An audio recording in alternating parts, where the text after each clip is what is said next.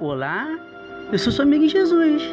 Vamos hoje para mais uma reunião entre você, eu e Jesus. Hoje eu gostaria de falar sobre a busca da ovelha perdida e a extensão da graça para os gentios, que se encontra no livro de Lucas e no livro de Atos. Mas primeiro devemos saber os nomes do Senhor e as suas finalidades. Deus cuida do seu povo quando ele sofre.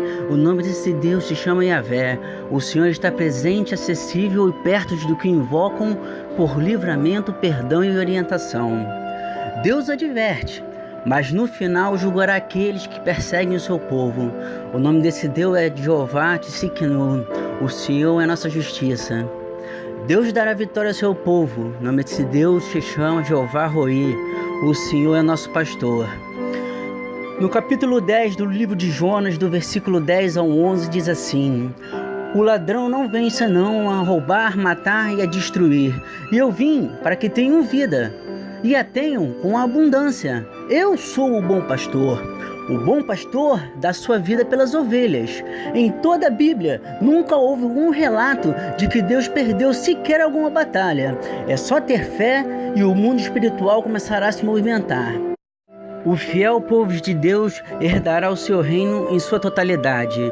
O nome desse Deus se chama Jeová Makdesh, Senhor que santifica e nos torna santos. Será desta forma que poderemos herdar o reino dos céus. A onisciência de Deus. No livro de Lucas, capítulo 19, do versículo 2 ao 5, diz assim: Havia ali um homem rico chamado Zaqueu, chefe dos publicanos, coletores de impostos. Ele queria ver quem era Jesus, mas sendo de pequena estatura, não conseguia por causa da multidão. Como Bartimeu, ele procurava ver Jesus também. Ele carecia de algo, porque o dinheiro não satisfaz a sede espiritual do coração humano. Podemos observar que o cego tinha preferência, já que foi curado antes do coletor de impostos. Ele estava por último, mas foi colocado por primeiro. Foi dito ao mendigo cego, curado, que se levantasse, mas para Zaqueu, que descesse. Que o cego de Jericó, ou o seu nome Bartimeu, assim o rico e o pobre se encontraram no mesmo nível como pecadores diante de Deus. A alegria no Senhor. No capítulo 19 do livro de Lucas, do versículo 6 ao 7, diz assim: Então ele desceu rapidamente e o recebeu com alegria. Todo o povo viu isso e começou a se queixar. Ele se hospedou na casa de um pecador. O efeito moral da conversão foi visto no modo como Zaqueu tomou o seu lugar junto a Cristo em público. A multidão começou a murmurar, e murmurar é sempre pecado. Jesus nunca atendia aos caprichos públicos, à opinião predominante, e nem à sabedoria convencional. A restituição feita por Zaqueu. No livro de Lucas, capítulo 19, do versículo 8, diz assim: Mas Zaqueu levantou-se e disse ao Senhor: Olha, Senhor, estou dando a metade dos meus bens aos pobres. E se de alguém extorquir alguma coisa, devolverei 4 vezes mais. A lei romana naquela época requeria uma restituição quádrupla. Desse modo, ele julgou a si mesmo, e o arrependimento age como ele fez. Jesus busca os perdidos. No livro de Lucas, capítulo 19, do versículo 9 ao 10, diz assim: Jesus lhe disse: Hoje houve salvação nesta casa, porque este também é filho de Abraão. Pois o Filho do Homem veio buscar e salvar o que estava perdido. Jesus é a resposta para todos os problemas. Jesus está dizendo que Zaqueu tinha tanto direito como qualquer outro. Por ele ser um coletor de impostos, a liderança religiosa o havia excluído, mas o Senhor não fez isso. No versículo 10, a fala da busca dos perdidos pela parte de Deus envolve muito mais que uma mera busca, mas sim uma participação extremamente ativa, tanto que isso é verdade e que de fato levou Cristo à cruz.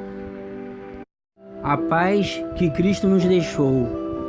O livro de João, no capítulo 14, do versículo 26 ao 27, diz assim: Mas o Conselheiro, o Espírito Santo, que o Pai enviará em meu nome, ensinará todas as coisas e fará lembrar tudo o que eu disse.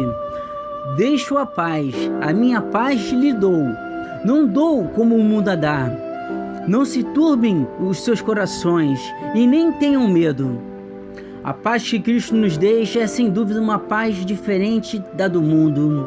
A paz demonstra uma paz em meio às guerras, uma paz de domínio próprio quando somos provados, uma paz junto à mansidão, uma paz no perdão, uma paz em meio às tribulações. Essa é a paz que só aquele que crê na cruz e que Jesus fez nela por nós. Essa é a paz que só aquele que crê na cruz e no que Jesus fez nela por nós pode ter. O poder da oração. No livro de Romanos, capítulo 12, versículo 12, diz assim: Alegrem-se na esperança, sejam pacientes na tribulação, perseverem na oração. No livro de Lucas, capítulo 21, versículo 36, diz assim: Estejam sempre atentos e orem para que vocês possam escapar de tudo que está para acontecer e estar de pé diante do Filho do Homem. Em Mateus, no capítulo 26, versículo 41, diz assim: Vigiem e orem para que não caiam em tentação. O espírito está pronto, mas a carne é fraca. Deus dá sua garantia ao nosso favor para os corações verdadeiramente arrependidos. Em Salmos 91, do versículo 1 ao 4, diz assim: Aquele que habita no abrigo do Altíssimo e descansa à sombra do Todo-Poderoso, pode dizer ao Senhor: Tu é meu refúgio e minha fortaleza, ó meu Deus, em quem eu confio. Ele o livrará do laço do caçador e do veneno mortal. Ele o cobrirá com suas penas e sob suas asas você encontrará refúgio. A fidelidade dele será o seu escudo protetor. Olha que tremendo! Em apenas um livro da Bíblia, Salmos, em 4 versículos, veja a promessa de Deus para a nossa vida. Glória a Deus por isso, né? O poder do Espírito Santo. No livro de Gálatas, capítulo 5, versículo 16, diz assim: Por isso digo, vivam pelo Espírito, e de modo nenhum satisfarão os desejos da carne.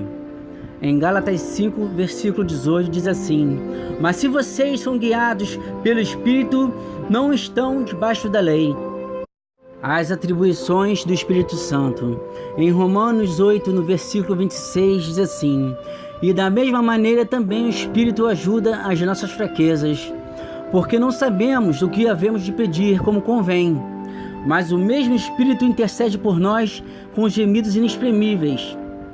Em João, capítulo 16, versículo 8, diz assim: Quando ele vier, convencerá o mundo do pecado, da justiça e do juízo.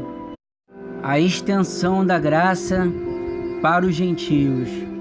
Em Atos, no capítulo 10, do versículo 44 ao 48, diz assim: Enquanto Pedro ainda estava falando estas palavras, o Espírito Santo desceu sobre todos que ouviram a mensagem. Os judeus convertidos que vieram com Pedro ficaram admirados de que o dom do Espírito Santo fosse derramado até sobre os gentios, pois os ouviam falando em línguas, exaltando a Deus.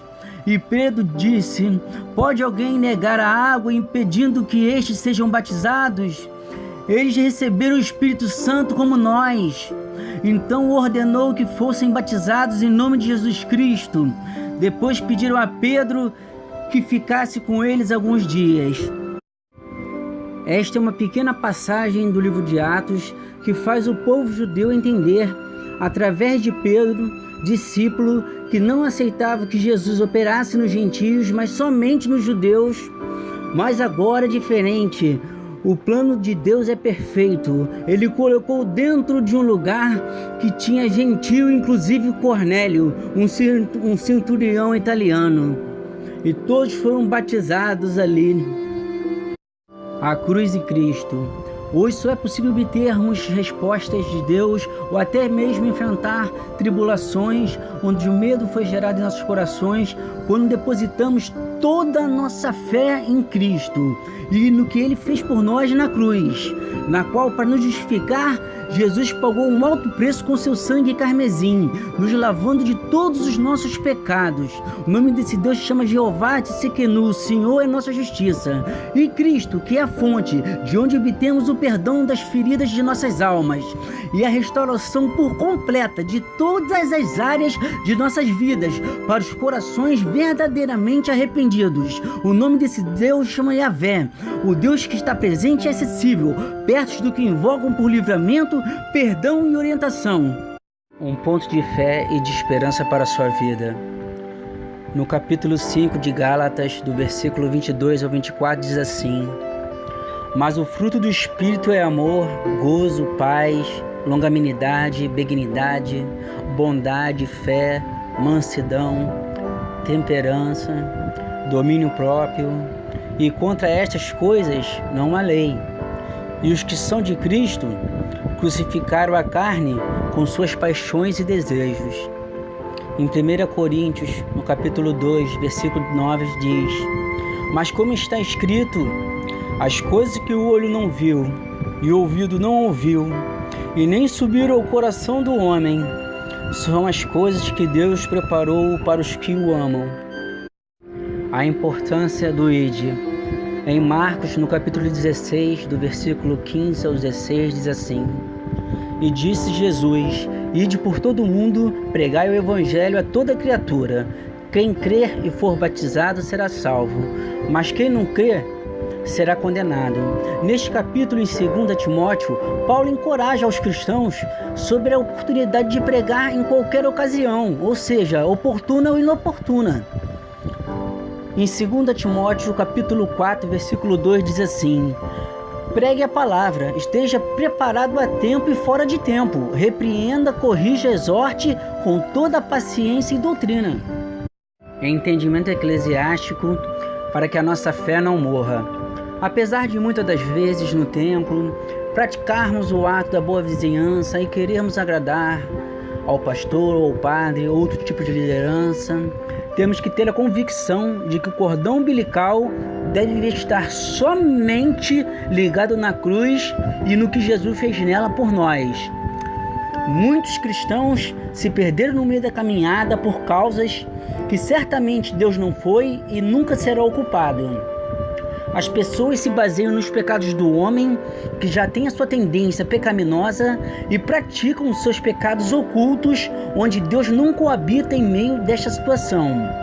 Igreja é um lugar de vários degraus, onde cada um, com sua fé e obediência ao Senhor, se mantém no caminho da fé e da salvação, e avança um degrau por degrau, ao chegar ao ponto do Espírito Santo nos purificar e nos santificar.